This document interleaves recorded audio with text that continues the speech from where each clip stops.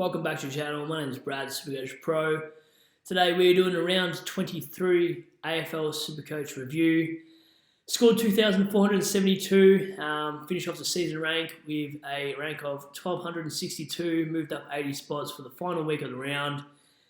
And yeah, top 1% and just missed out on the top 1K, which is kind of annoying. One of those KFC vouchers and whatnot would have been kind of cool, but see how we go next year. But let's get stuck into the side. Just quickly, going for the back line, Dawson. I didn't get to see much of the Adelaide game. Obviously, I was watching the Tigers and the Bombers.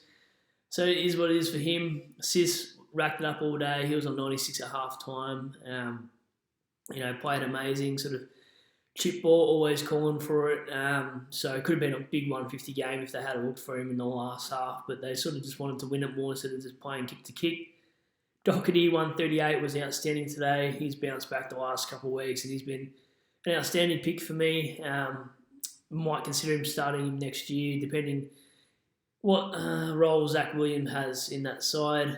Jaden Short, 114, bounced back the last 2 weeks, has been handy, and I think it's just due to poor opposition. He's a bit of a downhill skier, scoring-wise. He scores good against the weaker opposition, and Crisp is just pathetic. Started off like a house on fire, and he's burnt me and most of the other coaches in the last, I'd say, 2 months now. So is what it is. And May on the bench, obviously, I was loopholing his score for the 92. He's been serviceable.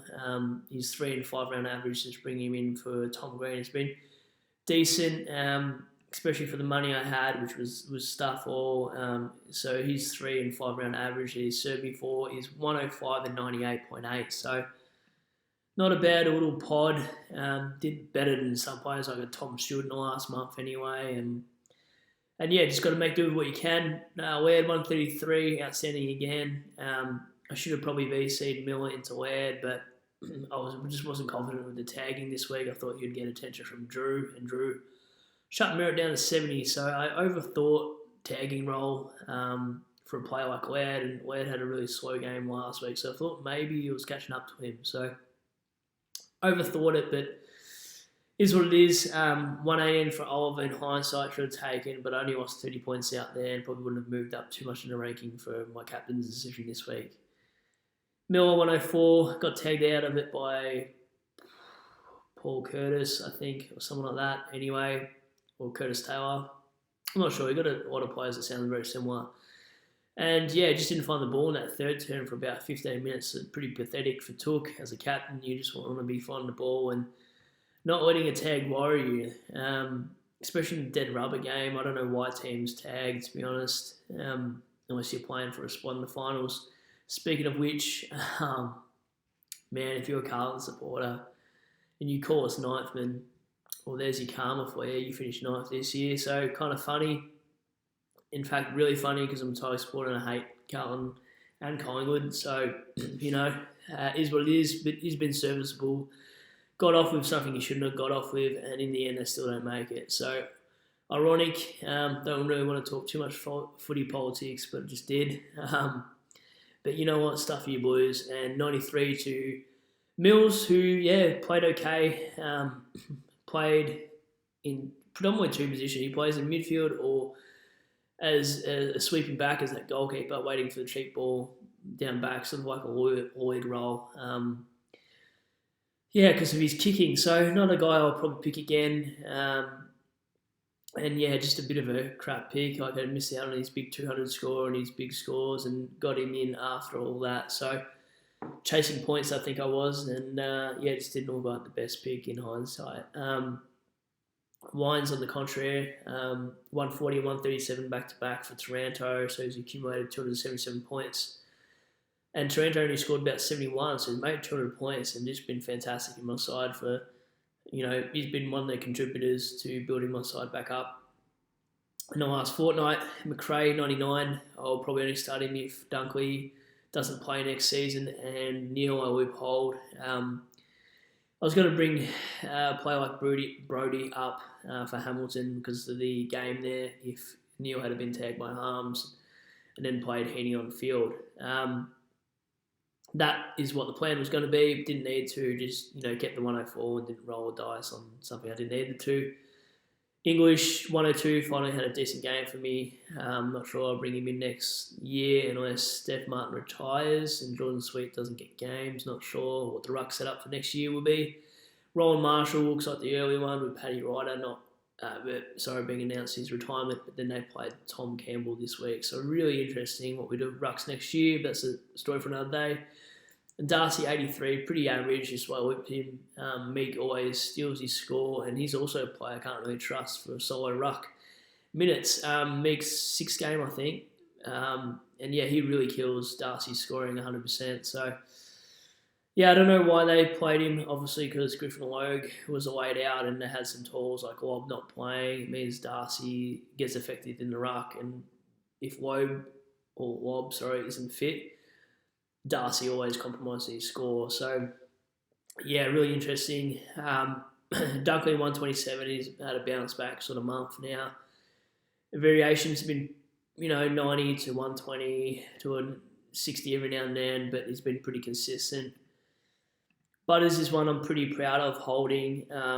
He was one of those players that it always looked like he'd sort of break out. He got injured here at 68. Then he followed through for me for 96, 74, 106, 120, 121, 106, 125.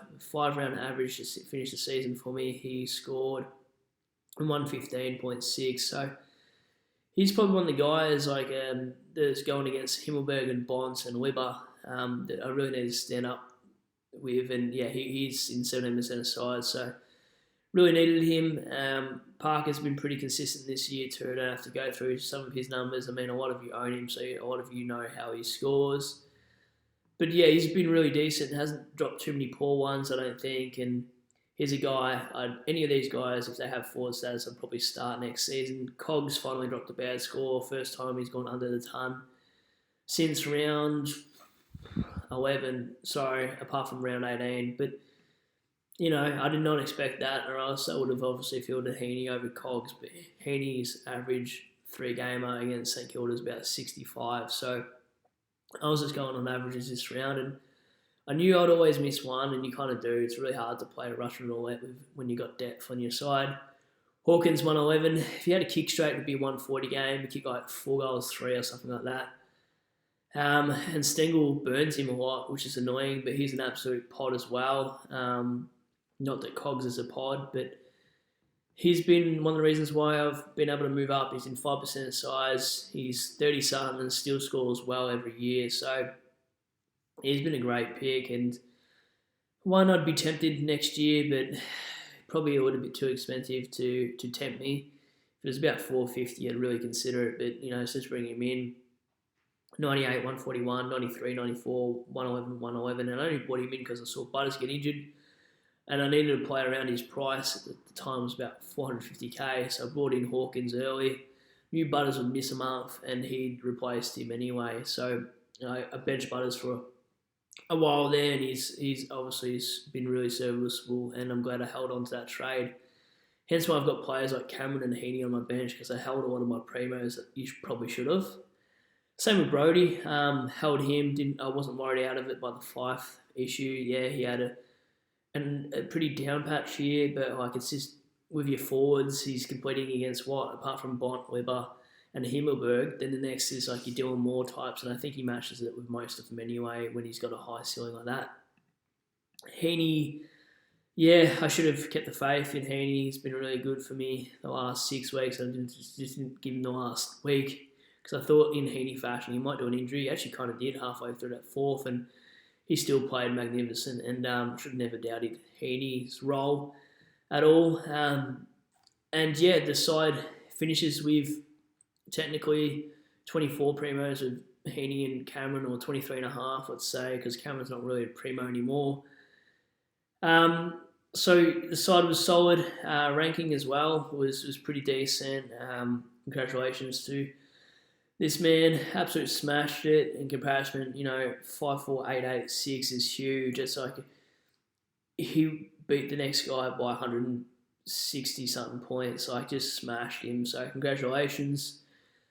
And yeah, just unbelievable ranking, honestly. To finish number one is what I've dreamt about for a long time.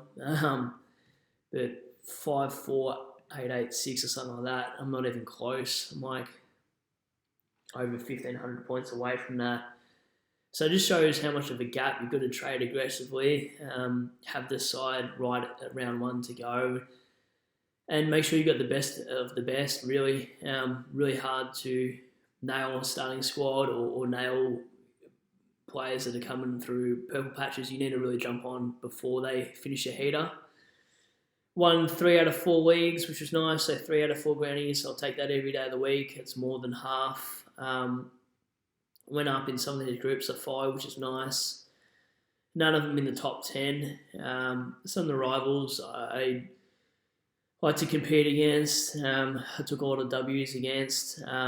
Overall rankings, I think I pipped a few. Obviously, Shorty there. Chris from Insider pipped him. Spills, DR, Jackson Davey, some of the big dogs. Nice to get an overall ranking a little bit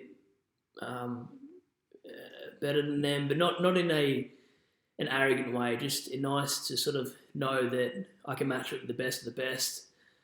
And yeah, it's just nice to sort of feel like you're up there with them because you are. And that's enough of that anyway.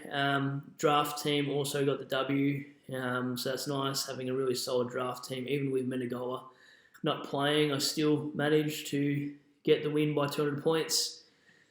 In terms of players, for total points, I got majority of them right. 7 out of the top 8 top players. The middle patch is pretty right too as well. Like, I'm pretty happy with that overall. You have a look, he's separated by defenders. Rank 2, 3, 4, and 7 is not bad. For the defense there, the mids, I think I nailed a lot better. I've got 1 to 6 in the midfielders, missed out on Petrarca and Brayshaw. Whatever, Cripps only just missed out. Rucks, I got nowhere near nailing this season. I think it was very hard because of all the injuries. And forwards, I was pretty close to it, just missed out on Bonds and Weber, who got DPP status in that round 6 or 7, whenever it was anyway. But it had pretty much the top liners anyway, and Hawkins snuck in at 9, so pretty handy pod to have. And he wasn't too far off these guys anyway. If you look at 5-round averages, he was still top 5 there, and Bont was only 4 points better than him per round anyway. So I feel like I didn't really miss out on too many points. Because a lot of people did have Bond and I didn't, but I was running Hawkins against him, it looks like, in the end. And as for Himmelberg, same sort of thing. Like, I had, Will Brodie and players like that in there, which a lot of you guys held. And hence why I had depth as well. By holding Cogs and Brodie, it allowed me to have Cameron and Heaney as my F7 and F8. It's probably one of my strongest squads, finishing squads anyway. And yeah, for the next season, I'll be doing things a little bit differently, probably a little bit of off-season content. I'll see how we go. But I think I've got the ranking now to sort of get the justification to why I put out videos. Season rank was pretty consistent all year. Trades I held on to, thought I'd be smart at the start of the year by holding them, but I should have been more aggressive this year. In terms of trade history, before my actual thing dies, Spider-Man just fell off his thing, so give me a sec, just going to plug myself in. Don't know if you heard that bell, but I just spent $700 on an electric scooter to drive to work, even though I've got my license and I drive a car and whatnot. But that's pretty random. So, my one, they go about 25-30 kilometres an hour and they're sick. So let's have a look at my trades just real quick. What did I do? Let's get rid of my ugly mug. So Whitfield, McGovern in for Cripps and Bowie. I think it was a good trade at the time because I was a bit of FOMO and I was a little bit worried that I wouldn't have Cripps scoring so well. Then he went out round 5, and I'm not sure if that was because of the hammy. I'm going to assume it was. I didn't think it would be a 1-week hammy. Bowie made enough money in a couple of weeks. He made 100,000, and I just wanted a quick 100k. And I bought in Sicily and Heaney, which was a tick. Driscoll was a tick because I ended up selling him not long after and made 200k off him or thereabouts. English, Rao and Hinge out for Bruce to go in. Green was my worst trade, so trade 6 is a no. It's a never again for any of those players. Out Grundy for injury, who never came back in, obviously. Terry Rochelle, who made his money and he was done. In for Roses, Hayes and Oliver. Good because I now had an Oliver as a captain option, which really helped. And he's a guy I'll probably start next year. Berry out, Horn-Francis out, Dixon out. Good outs. And I brought Cripps back in because his hammy, 1 week hammy, was nothing to worry about in the end. Parker was great and Mucomb was good for the time being. O'Driscoll made his money. Ward went out. McDonald went out. The Hawthorn boys in for Darcy, Carroll and Hamilton, which have been my whip holes / captaincy options in terms of VC. If one of them went big, I could use those players. So it wasn't too much of a bad trade, but it sort of hurt because I didn't get to use them for cover at any real point anyway. So kind of useless, but yeah, a bit of a catch-22. Out went Ryan for Dawson, which was a good move. Hayes for Clark was all right at the time. Martin for Cameron was okay for ruck cover because I didn't know what the ruck situation was going to be like with Gawn and English and all these other players getting injured around him. Out Bruce, Dacos, which I should have done in hindsight, but he scored 360s. And I just wanted to upgrade the team as quick as possible. Brought Gawn back in. Brought Wick McDonald in, which was a stupid move, and Teagle. So I think these were bad trades in hindsight. So that's why I probably didn't finish top 1k, as my trading was a little bit off. McCartan out, De Conning out, Mucomb out, they're probably justifiable.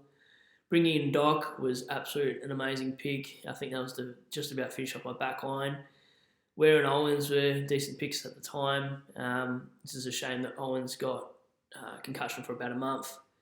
Gawn went out again, McDonald out and Roses out. Brought in Hawkins and Bruce, stupid Bruce. I'm never going there again because a week after he got injured and didn't get named, I got rid of him and bought in Mills and Laird, which was a good pick, but I burnt 2 trades by grabbing Bruce and De Gully was a waste too.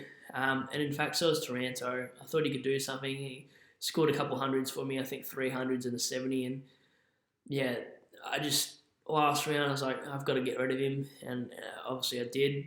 But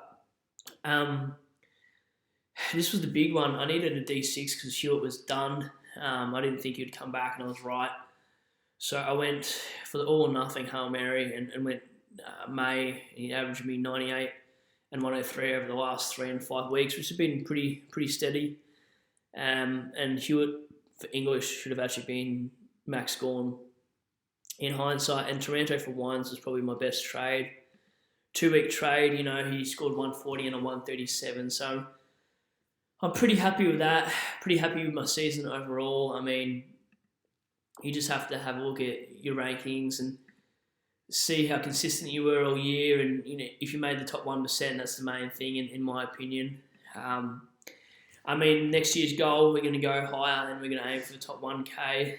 Top 500 is probably a little bit more realistic for someone like me who's been doing this for a few years. Had a channel now for 2 years, and I think having a channel makes you better because you actually end up more on top of your game. And I've watched so much footy that today my missus said to me, Ginnivan, he's got a haircut. And I'm like, what? I'm like, how many games I've been watching if you've noticed that Ginnivan's had a haircut? She doesn't follow the footy. She's been just following Richmond with me this year. But I should clarify, I've been following these guys since I was about 3 or 4, since my dad moved over here. But yeah, that's how much footy we've been watching, and she noticed that Ginnivan got a haircut, which is quite funny. And yeah, boys not getting in is quite surprising for me. I actually thought they were going to win that game. And yeah, back to Supercoach content. We'll do a couple more episodes before the end of the season. I don't know if it's finals related. Then a bit of off-season team picker stuff. Might do a couple of pods or some things with SDS. Haven't quite worked it out yet. I'm sure we'll think of something, but it's good to team up with someone, and get some mixed thoughts. So I'm really looking forward to that in the off-season or next season or whatever we end up doing. I'm sure we'll post it and let you guys know. And yeah, well, hopefully you guys did really well. Let me know what you guys scored in the end. What was your best and worst trades? who are you never again? Those sort of things would be interesting in the comments. I'll reply to all of them. And yeah, look, hopefully your team plays really well in the finals. Hopefully you won all your grand finals, and look, there's going to be no trade advice for me for the next 6 months because there's no footy in terms of Supercoach, which is a nice little break. So, been a stressful season, and I've been pretty consistent with videos. I don't think I really missed one this year, doing previews and reviews. I've done pretty much all of them. I've just looked at my channel the other day, and I've done about 95, 96 videos in 2 years now. So if you want more content, and you're not subbed already, make sure you sub before the new season starts, and give the video if you liked it and enjoyed my season and enjoyed the run and thought I was a little bit different to some others out there, and hopefully I gave you guys some good tips and good advice or something different. So that's the aim of the game. Anyway, hopefully you guys have a good night, and I'll catch you on the next at some point. Cheers.